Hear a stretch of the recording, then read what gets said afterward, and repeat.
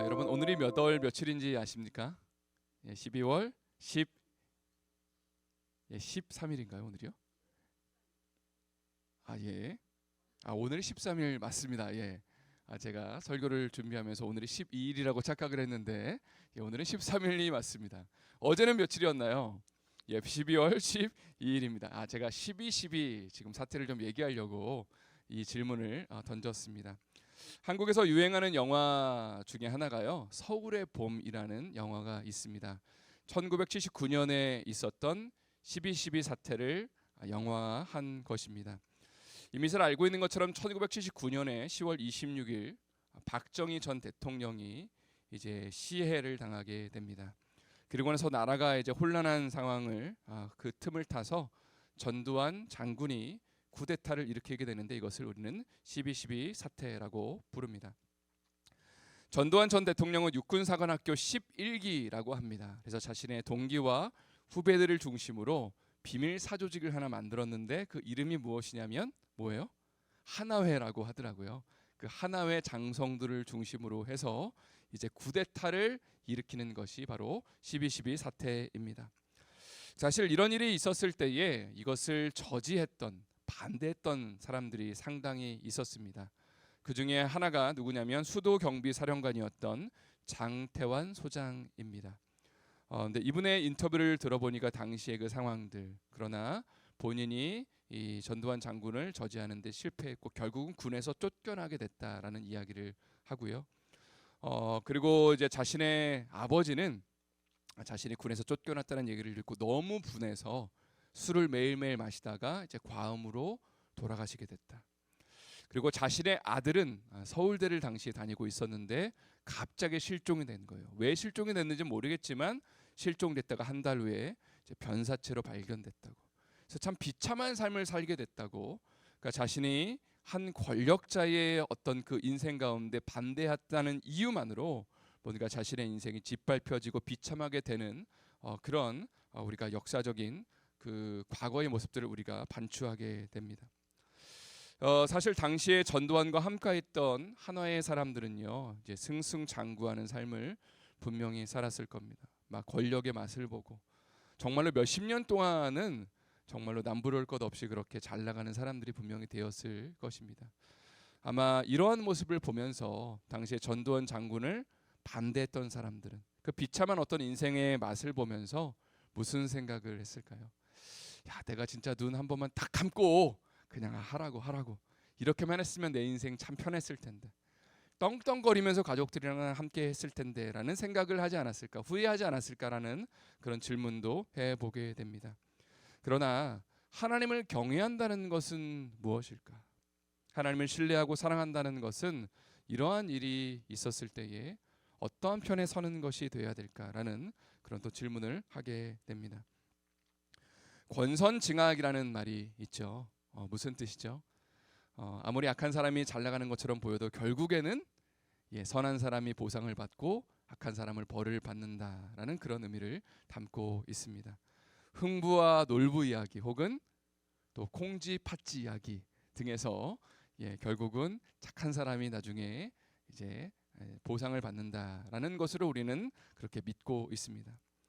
그러나 이것은 너무 이상적인 이야기 아니냐라고 요즘에 참 말을 많이 하더라고요. 오히려 권선징악보다는 권악징선이 더 맞지 않냐라고 누가 우스갯소리로 그렇게 이야기하는 것을 보게 됩니다. 현실 속에서는 악한 사람들이 더 잘 나가는 것 같고 높임 맞는 것처럼 보인다는 그런 모습들이 보인다는 것이죠. 일제 강점기 당시에 독립운동을 했던 분들의 그 자손들 실제로 참 가난하고 힘들게 사는 경우를 많이 듣게 되고 보게 됩니다. 반면에 친일파를 자처했던 사람들의 그 자손들은 참 안정적으로, 참 경제적으로나 여러 가지로 떵떵거리면서 잘 사는 것을 보게 됩니다. 그러나 이러한 삶의 그 모습들 속에서 오늘 본문 말씀은 우리에게 이렇게 도전한다는 것이죠. 잠언 24장 1절 말씀을 한번 다 같이 저희 읽어보도록 하겠습니다. 너는 악인의 형통함을 부러워하지 말며 그와 함께 있으려고 하지도 말지어다. 제일 처음에 뭐라고 얘기하냐면요, 악인의 형통함을 부러워하지 말아라. 사실 악인이 잘 나가는 것을 보면요, 마음속에 부러워하기가 쉽습니다. 하나님 안 믿는 사람들의 자손들이 막 잘 나가고 막 좋은 대학 갔다 그러고, 하나님 안 믿는데 뭐 정말로 직장에서 승진을 했다고 그러고 돈을 잘 번다고 그러면 나는 하나님 잘 믿는데 뭐지 이게? 라는 생각이 자연스럽게 드는 것이 사실입니다. 그러나 성경은 이러한 사람들을 부러워하지 말아라. 사실 부러워하다 보면 그러한 삶을 흠모하게 되고 닮아가고 싶잖아요. 하나님을 정말 잘 믿으려는 생각보다는 나도 정말 저렇게 좀 되고 싶은데, 이런 마음을 사실 품기 쉬운데, 하나님을 경외하고 사랑한다면 우리가 악인의 형통함을 부러워하지 말아야 된다라고 우리에게 도전하는 것입니다. 사실 이 세상의 삶이 전부라고 한다면 악인의 형통함을 우리가 부러워하는 것이 당연하다고 생각을 합니다. 세상의 삶이 한 80년에서 100년 정도 사는 것이 전부고 그 이후의 삶이 존재하지 않는다면 악인의 형통함을 당연히 부러워해야 된다고 생각합니다. 그러나 우리 크리스찬들이 이 땅을 바라보는 관점은요, 이 세상의 삶이 전부가 아니라 오히려 이 세상 이후에 천국과 지옥이 있다는 것을 믿기 때문에 우리는 악인의 형통함을 부러워하지 않을 수 있다는 것입니다. 저를 한번 이 새벽에 따라하시면 좋을 것 같습니다. 죽으면 끝이 아닙니다. 죽음 이후에 심판이 있습니다. 죽음에 대한 이야기를 하니까 아무래도 좀 우리의 마음이 숙연해지는 것 같습니다. 고린도전서 15장 말씀에 보면 사도 바울은 19절에 이런 고백을 하는 것을 보게 됩니다. 부활장이라고 알려져 있는 장인데요. 15장 19절 말씀 한번 다 같이 읽어보도록 하겠습니다. 만일 그리스도 안에서 우리가 바라는 것이 다만 이 세상의 삶뿐이면 모든 사람 가운데 우리가 더욱 불쌍한 자이리라. 당시의 크리스찬들의 삶들은 사실은 좀 비참하고 힘들었던 것 같습니다. 왜냐하면 예수 믿는다는 이유로 핍박받고 고난당하고 삶에서 어떤 불이익을 당하는 경우가 많이 있었기 때문입니다. 예수 믿는다고 당시에는 막 사람들이 인정해주고 칭찬하고 그런 시기가 전혀 아니었다는 것입니다. 오히려 예수 믿는다는 이유로 사람들이 나를 박해하고 미워하고 힘들게 만드는 그런 상황이었다는 것이죠. 근데 바울은 이렇게 도전합니다. 만약에 우리가 바라는 것이 이 세상의 삶뿐이라면 우리는 가장 비참한 삶을 사는 것이다. 그러나 만약에 죽음 이후에 부활이라는 것이 있다면, 예수님이 죽음에서 부활하셨고 우리 역시도 죽음에서 부활한다면 우리는 결코 불쌍한 인생을 사는 것이 아니다라고 그렇게 도전하는 것입니다. 한마디로 말해서 우리는 영원이라는 관점에서 이 땅에서의 삶을 해석해내는 사람들입니다. 그냥 80년, 100년 사는 삶의 관점을 가지고 이 땅을 해석하는 것이 아니라 영원이라는 관점에서 이 땅에서의 몇십 년의 삶을 바라보고 해석해내는 사람이라는 것이죠. 오늘 본문의 1절 말씀 다시 한번 보면요, 뒷부분에 이렇게 되어 있습니다. 악인의 형통함을 부러워하지 말고, 그 다음에 뭐라고 되어 있어요? 그와 함께 있으려고 하지도 말지어다. 사실 악인이 승승장구하는 모습을 보면 우리는 그들과 함께하고 싶은 마음이 있습니다. 왜냐하면 그래야지 그들에게서 뭔가 이 콩고물이라도 좀 얻어먹을 수 있다는 생각 때문에 그렇고요.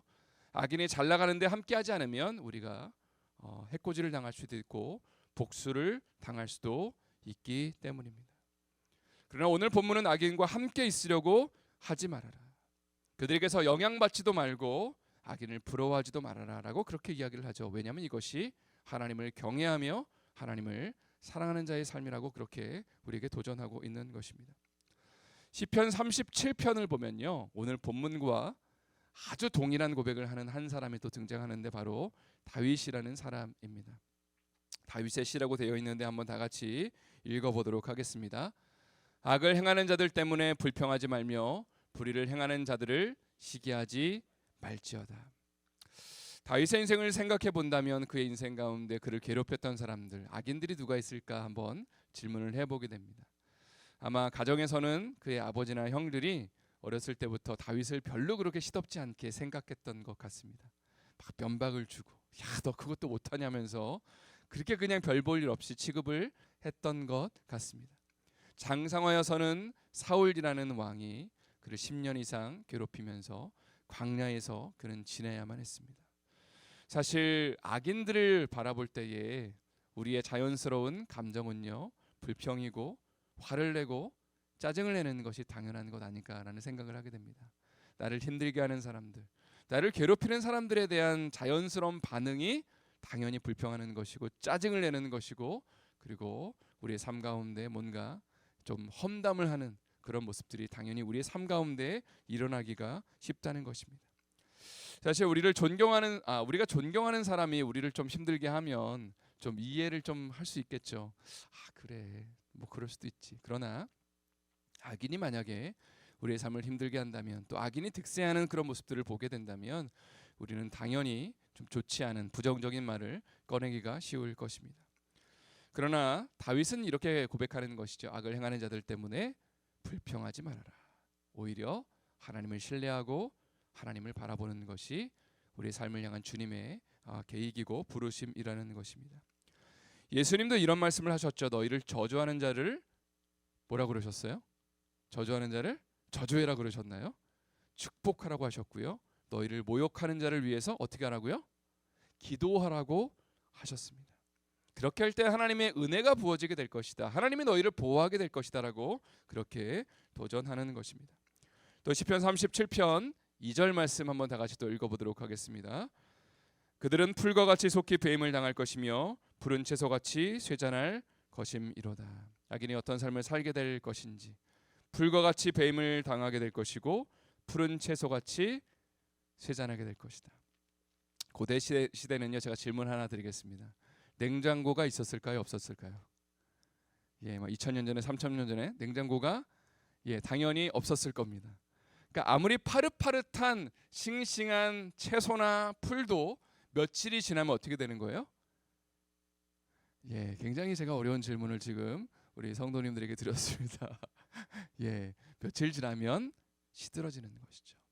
근데 다윗이 이렇게 얘기하는 거죠. 이것이 바로 악인의 운명이다. 사실요, 현실에서는 그렇지 않아 보일 때가 많이 있습니다. 며칠이 지났는데도 악인이 승승장구하는 모습을 볼 때가 있어요. 10년이 지나고 20년이 지났는데 아니 저 사람 아직도 안 망했네, 여전히 잘 살고 있네 하는 그런 하나님 믿지 않는 사람들도 분명히 있다는 것입니다. 그런데 제가 아까 말씀드린 것처럼 우리 크리스찬들이 이 땅을 바라보는 관점은요, 몇십 년 혹은 100년 수백 년이 아니라 뭐라고 그랬어요? 영원이라는 관점에서 그 사람의 인생을 바라보면 정말로 며칠 반짝 성공하는 처럼 보이다가 결국은 시들어지는 인생이 된다는 것입니다. 왜냐하면 모든 사람들이 다 하나님의 심판대 위에 서야 하기 때문입니다. 오늘 본문에 시편 37편 4절부터 6절 말씀은 또 제가 읽어드리겠습니다. 앞에서 악인의 형통을 부러워하지 말아라, 또 불평하지 말아라, 그들은 풀과 같이 세잔해질 것이다 하면서 그래서 우리가 무엇을 해야 되는지를 그는 도전하고 있는데, 4절부터 6절 말씀은 제가 한번 읽어드리겠습니다. 또 여호와를 기뻐하라, 그가 내 마음의 소원을 내게 이루어 주시리라. 내 길을 여호와께 맡기라, 그를 의지하면 그가 이루시고 내 의를 빛같이 나타내시며 내 공의를 정오의 빛같이 하시리로다.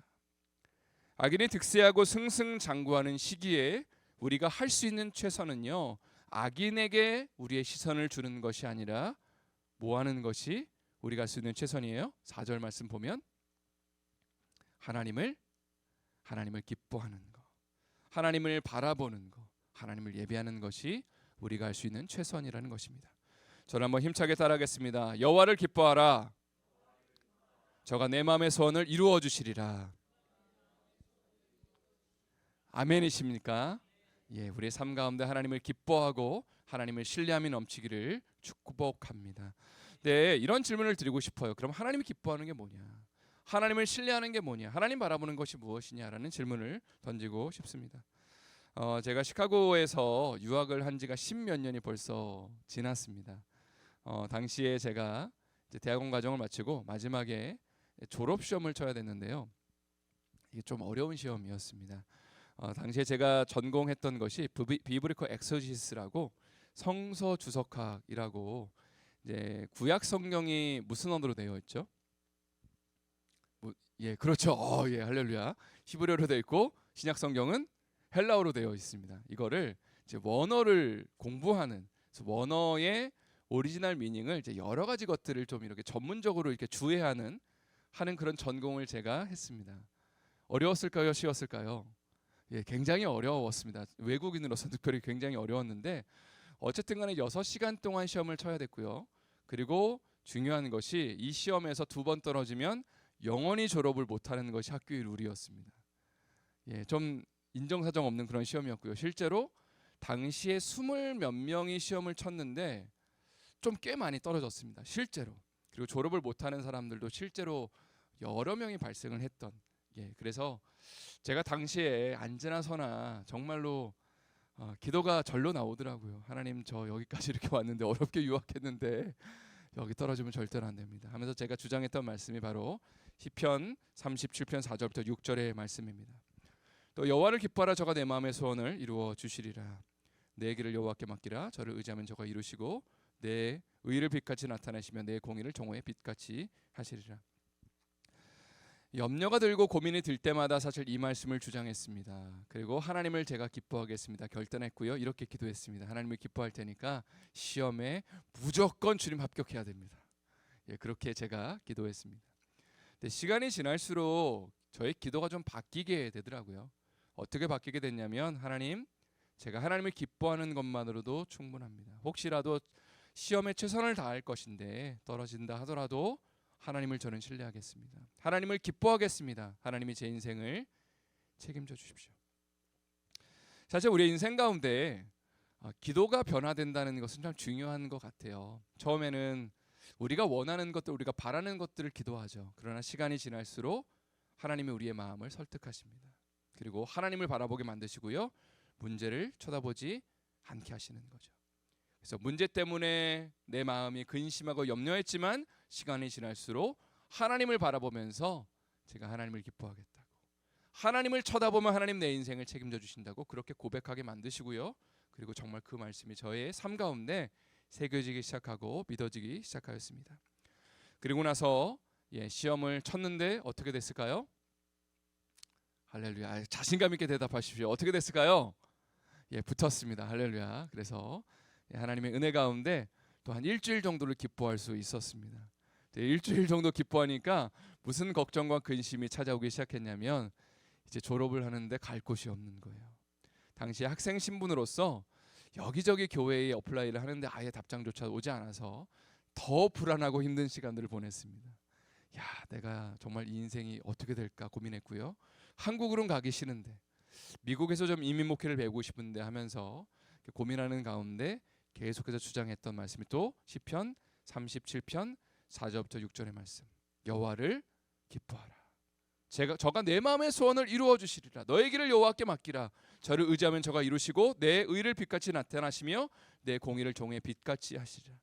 그래서 나중에는 또 이런 기도가 고백이 나왔습니다. 하나님, 제가 혹시라도 한국으로 가게 되더라도 상관없습니다. 하나님을 기뻐하니까 하나님이 제 인생을 책임져 주십시오. 근데 어느 순간에 정말 이 말씀이 믿어지기 시작했고요.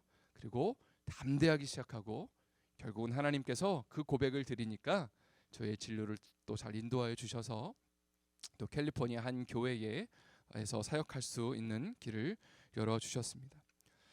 사실 이런 도전을 드리고 싶습니다. 우리의 삶 가운데 하나님을 기뻐한다는 것은요, 반대적으로 말한다면 우리의 삶 가운데 문제가 있을 때, 혹은 우리의 삶을 괴롭히는 것들이 있을 때, 괴롭히는 사람들이 있을 때에 그 사람과의 문제를 바라보는 것이 아니라, 거기에 초점 맞추는 것이 아니라 하나님을 바라보기 시작하는 것이죠.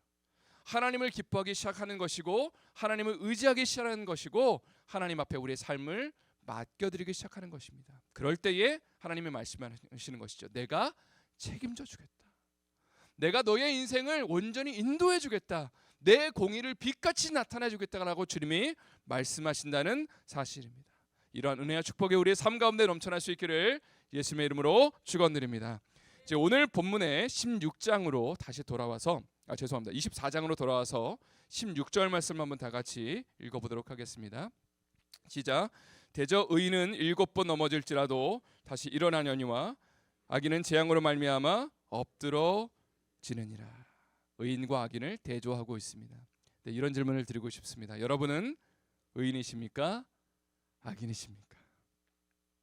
우리 마음 가운데 이런 도식이 있는 것 같아요. 교회 열심히 다니면 당연히 의인 아니에요? 라고 생각하고요. 그리고 저는 의인 아니에요? 라고 당연히 생각합니다. 이렇게 당연히 생각하는 경향이 있어요. 나는 의인이니까 당연히 7번 넘어져도 일어나는 거 아니에요 라고 생각합니다. 그러나 성경이 정의하는 의인과 악인은 좀 다를 수 있겠죠. 오늘 본문이 하나님의 말씀에 우리에게 도전하는 의인은 이렇습니다. 문제가 있을 때에 하나님을 신뢰하는 것이 의인의 모습입니다. 힘들고 어려울 때에 주님 바라보면서, 하나님 바라보면서, 문제 바라보지 않고 하나님과 함께 동행하기로 결단하는 사람들이 의인입니다. 주님을 닮아가는 사람들이 의인입니다. 그리고 매일매일 예수 그리스도의 십자가 바라보면서 나는 죽고 주님과 함께 살았습니다, 나는 오늘도 사는 것이 아닙니다 고백하는 사람들이 의인이라는 것이죠. 이러한 사람들에게 주시는 축복이 뭐예요? 7번 넘어져도 일어나게 된다. 참 기가 막힌 고백인 것 같습니다. 조금 전에 읽었던 시편 37편에도 동일한 고백이 나오는데 24절 말씀을 보면 이렇게 되어 있습니다. 제가 읽어드릴게요. 그는 넘어지나 아주 엎드러지지 아니하면 여호와께서 그의 손으로 붙드심이로다. 의인의 삶 가운데도 넘어짐이 있다는 것을 여러분 알고 계십니까? 우리는 의인하면요 넘어지지 않는 거라고 생각해요. 그러나 하나님의 말씀은 이렇게 얘기합니다. 의인은 넘어지기는 한다. 때로는 낙담하기도 하고 좌절하기도 한다. 그러나 하나님이 그의 인생을 일으켜 주신다. 하나님이 그의 인생을 붙들어 주신다. 사실 디아스포라의 삶을 살아가면서 우리의 삶 가운데 참 마음이 무너지고 힘들고 어려울 때가 있죠. 이제 끝인가? 아니 하나님 잘 믿는데 왜 이렇게 어려움과 고난과 아픔을 주시라고 그런 고백하는 그런 우리의 심정과 그런 아픔의 애환들이 분명히 있다는 것입니다. 중요한 것은 뭐냐? 넘어졌을 때 그것이 끝이 아니라 어떻게 하는 거예요? 주님의 은혜 가운데 다시 일어나면 되는 거예요. 7번 넘어진다 하더라도 8번 일어나면 하나님의 은혜가 그의 인생 가운데 계속된다는 것이죠. 마치 어린아이가 넘어졌을 때에 엄마 아빠를 바라보면서 괜찮아 일어나 라고 얘기하겠죠. 그러면 울면서 으아 하면서 그래도 엄마 아빠 바라보면서 일어나는 그 어린아이처럼 주님이 말씀하시는 거죠. 괜찮아 일어나면 돼.